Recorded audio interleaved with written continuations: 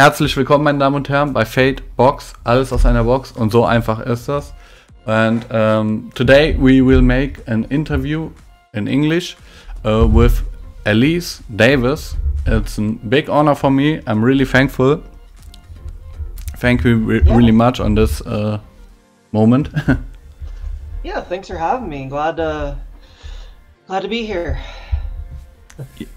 Yeah, really nice. And Alyse Davis topped on a Gaia Starlight event. Top 8. Yep, I got top 8. With Dragon Link. And we have the deck list here. And maybe Alyse could tell us why you did play Dragon Link and why this variant. Yeah, so as far as why I played it, first of all, this event was a new ban list event, so going into like the new format, I kind of wanted to play something I was familiar with at the time, and because I didn't really have much testing time in the format in general, I knew Dragon Link was going to be one of the best decks, so it felt comfortable, you know, staying with that deck. And as far as the variant, I guess it kind of just runs a little bit along the lines of like how this deck is currently played right now, which is kind of mid-rangey, kind of like if you can combo, cool. If you don't, you still have a decent enough ward to survive till the next turn to just kill them. So it has like the Dragon Man engine, which I think is super strong right now, and then like a decent amount of hand traps, and I don't know. It has the best of both worlds for kind of everything you need. So I think it's a really strong choice to exist right now. Yeah, you on the banless dragons, yeah, had a good time. A little bit. They always survived. LP is like Destiny's Child singing "I'm a Survivor," and it's never. Yes. I was just gonna say it's kind of funny though. Everyone mentions LP that should be the one getting banned, but if they actually really want to kill this deck, it should actually be Striker Dragon that gets banned. That's a card that actually facilitates this entire deck existing, and like it would not exist without Striker Dragon. But like, yeah, LP still dodge. Yeah, it's one of the cards that you played 3 times because I think you need it 3 times. Yeah, because you have to use it like twice when you're going full combo normally, and then the last one you need just for like recovery plays and just getting access to your resources again to play on later turns. Because I don't know, Striker Dragon with the Recharger, it's such a broken combo that like it literally just gets you back into the game for free, and it takes 1 dragon, and that's just nuts to me personally.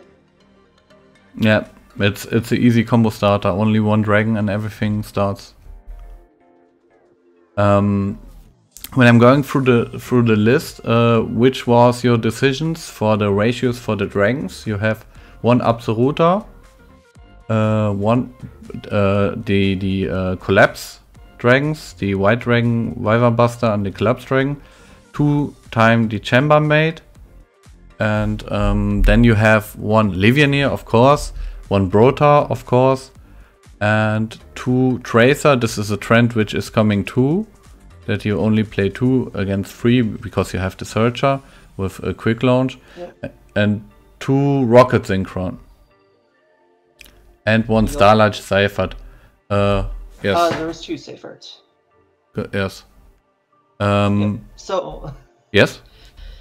Oh yeah, so I can just get into the ratios. I mean, like the rocket ratios are kind of standard because the thing is with the Rocket Synchron, because you play the Hot Red in the extra deck, it you kind of need to have additional ways to access it because like it's also like your best target for Haka Fibrax. So you kind of need to have multiple copies of that to just have playmakers that get carried on throughout the game. Plus, like its normal summon effect is another thing that just gets you back in because it literally lets you like bring back like a Chaos Ruler or a Router just to go into another Synchro play, or even just Link Climb in general. So I think that card is just really strong, especially for like late game as well to get you back in. And as far as the other ratios, like the Double Chamber, reason why I don't play 3 is just because with how the deck is played, unless you play Hospitality, this card is no longer a 1-card starter like it used to be. a necessary piece of the deck, but it's not the same thing as being able to start and get to the end board. It's a way to like get a little something going that's going to be strong in case you don't have other things. It's just not the best thing to max out on, but tidying is so good in this deck. Like sealed tidying honestly carries you through so many games that it's kind of insane. And then like I guess the other ratio is 2 Safert. The reason for 2 Safert is just because I still expect a decent amount of droll in this format, and I don't want to play too many copies of it, but the grindability with the card, because, you know, late game you can just banish it, add back a levy, add back something else. There's enough times where this comes up multiple times that you kind of just want to have it, and especially since we're not playing the Red MD and Black Metal, you kind of want to have at least one more decent starter. So yeah, and then I think the other dragon ratios are pretty standard from there. Yeah, do you would you say that I have the feeling when I see this, when I see the tiding, that many decks have already problems for clearing the board from Dragon Link, and then they have to deal with tiding, and that's one of the things that will exhaust them so that you can OTK. Yeah, and one of the funny things too is like a lot of people are playing Dark Roller right now, and then their deck still loses one tidying because they'll like Dark Ruler you. Dark Ruler. You still get to have like interactions, so I think it's, you know, tidying is just so powerful, and the Grave effect also helps too, because again, going off of like Striker being so powerful, like you just bring back the chamber, search for another tidying, and then you can just Striker Dragon make other plays. So there's a lot you can do. It makes the grind game crazy. Yup. The free tactical were never too much? Or I kind of wish I saw it a bit more. Like, it did contribute to some bricks I had, but like whenever I resolved it is usually really powerful. I think the card is nice because even though we're in a droll format, because you kind of focus more on like sometimes just getting to the seal tidying pass, which doesn't take that much resources to get to, and like you can play through droll just fine. You can like go seal tidying, activate talents, rip a card out of their hand, and then pass turn. Like that's still really strong. The other option I would consider instead, if like I don't know, because I'm iffy on it. The one thing I'm really considering is playing Phantasme, which I saw a lot in the LCS. That card seems really nice and kind of fulfills some of the same roles, plus it's a dragon, so that's one thing I kind of want to consider. But I don't know, I think talents need to be in your main or side deck at the very least. I think the card is just really powerful right now, especially. Yeah, especially when you're playing combo. Yeah, it's really necessary. Everybody's siding 5,000 hand traps against you, and then you have on the other hand the possibility to go through. Which opportunity would you would you take mostly? Would you prefer to take when you resolve tactical? It purely just depends on the board state. A lot of the time when I use it, I want to try and like rip a card out of their hand because it also gives me the hand knowledge to like play through things properly. But sometimes you just have to, you know, you're in a weird situation and you have to just take the draw. But like, I prefer to hand rip, otherwise I'll do the draw. But yeah. Okay.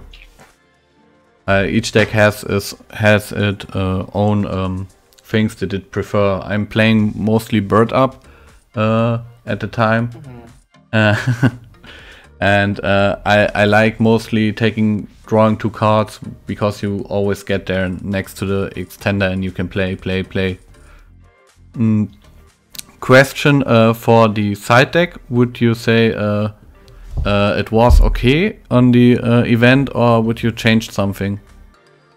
The only major thing I would really change was Ghost Ogre. It was kind of a weird call to make, because the person who helped me with the list was Justin Singh, and he said that, like, because usually Ogre's really good in undefined formats, but we kind of have an idea what it could have been, but with how the format is shaping out, I think Droll is going to be a better choice than Ogre, and that's the one major change I would make, and then I would change stuff about the back row lineup. Which, first of all, so when I submitted my deck list for this event, I messed up on my ratios for Cosmic and Twin in my deck, because like I submitted my list at 1 a.m. I just exported the deck list from Dueling Book, and I didn't even look at my list, and I thought I was playing the correct ratios, and I didn't, so I got a game loss in top 8, and that's why I lost. But like, I mean, it's irrelevant to what I would actually play the true ratios of, but like, I think the back row hate ratios could be fine-tuned a little bit, and maybe cut down to put in a couple other hand traps on the side, but otherwise, it's pretty close to what I would still play for the most part. Did Red Reboot came up for you? I didn't play against any heavy trap decks, so no, but I think it's still necessary because you're a deck that can like easily kill people, so I think you need to have it just to be safe. I don't think that it's worth cutting this minute, but at a later point it could be potentially possible, but for now you kill so easily, like, and Reboot just wins you the game. You might as well just keep playing it. Yeah, of course. When you can shut down 5 back row, then it's over. Yep. What was your matchups for this event? So let's see. Round 1 I played against a 60 card like weird combo deck. It was like 3-axis going into Curious Griffin setting summon limit. And then I played against Bird Up, Zodiac, Numeron OTK, Infernoble, which is my Lawson Swiss, and then there's one other one I can't remember off the top of my head. Infernoble was the loss because of the deck list. No, so my loss in top 8 was to Dogmatica Invoked, and that was when I got the deck list error, but my Infernoble loss was just because I opened like an unplayable hand in game 3, and if I literally drew 1 Dragon starter, I was playing the game, but I apparently couldn't draw one in like 3 turns. Oh, it was Jesus, very unfortunate. I like had all hand traps, and I stopped him every time, but it apparently did nothing. But it happens. That's just Yugioh for you. Of course. Yeah, I had a pretty eclectic mix of matchups this weekend, so. Okay. But what would you say did mostly shape up for the meta right now? Would you say which will be the contender, if you have an idea of the things that you see? LCS was pretty telling. Like, just from the LCS results, like I kind of knew that like the top decks were at least gonna be like Dragon Link and Dino, and then like some form of Shadal, Invoke, Dogma, like any combination of those 3 were gonna make it up there too. And Eldlik variants can definitely make its way up there. The one thing that surprised me is that there was no Virtual World. I kind of expected more out of that deck than I would have liked to, but now that we kind of see how it is, I think like the best decks are gonna easily be Dragon Link, Dino, Shadal Invoked, and then Eldlik Zoo, and I guess Dogmatica Invoked. Like, just all those variants have just good things that counter each other, and yeah, they all are strong in their own regards. Would you say that Drytone will make a comeback when the Exceed will come? Oh yeah, 100%. I think that deck will be one of the best decks when it comes out, because like the fact that they only put Ben 10 to 1, like Union Carry is irrelevant once we get the XYZ, and I think like the deck is still a good tier 2 contender. And also, one thing from the LCS is just like we had only a couple days to play, and like for any event this weekend in general, like it's kind of hard to justify, you know, playing these decks that we don't have that much time with when we probably need more time with them. And I think in later events we'll see a lot more showings of Virtual World and Drytron. So I don't know, we'll see. That will come back, and they will also get this one support, this one monster with normal summon or special summon, it dumps something for fairies, something like that. I have. Oh yeah, Diviner of the Herald or whatever. Yeah, that card. If we get that card, because it's not even confirmed yet, if we get that card, that also makes the deck super insane. And I think that would literally make Drytron one of the best decks right now if we finally get that card. Yeah. How long do you play Dragon Link now? I've been playing it on and off for like the last year. The reason why I got into it was when Shuping won the UDS with Dragon or the Rocket deck, and then Cody Angelov and Manav played on a team with him for the 3v3 the next weekend, and they all kind of convinced me to start playing the deck because they, had their success with it, and it just kind of stuck with me from there. I really like how the deck plays, and like just every time it's good, it's just been a lot of fun to play, and I really enjoy it right now. Yeah, that's a cool combo deck. It's not always the same combos. You have different ways to come to your goals in this deck. Yeah, and you need to know a lot about like the intricacies of it to like really get a grip on it. Because when I first played the deck, I was really bad at it, and I thought it was a bad deck. But like once you really sit down, it's a really rewarding deck because once you know it, you're probably going to start winning a lot. And I don't think the average player can do it unless you really sit down and take your time with it. Yeah, you need much time, I think, for this deck, definitely. What would you say on the extra deck? Would you maybe change? Is there something what you say will stay or go?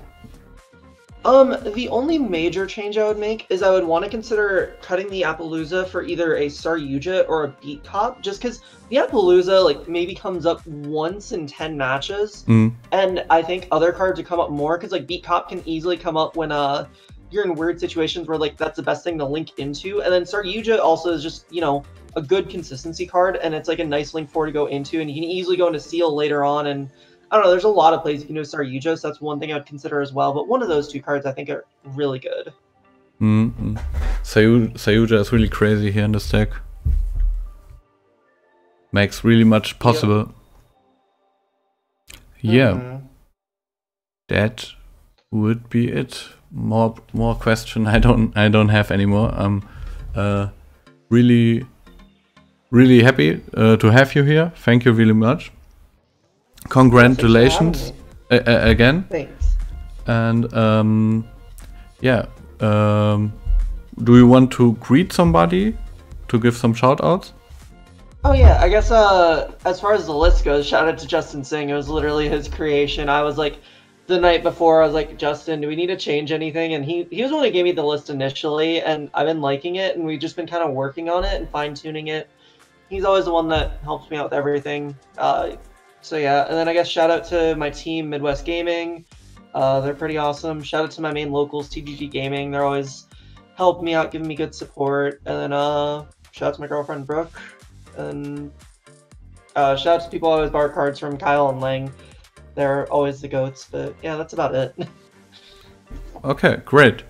Then thank you really much, and I hope you people could enjoy this deck profile, and see you next time.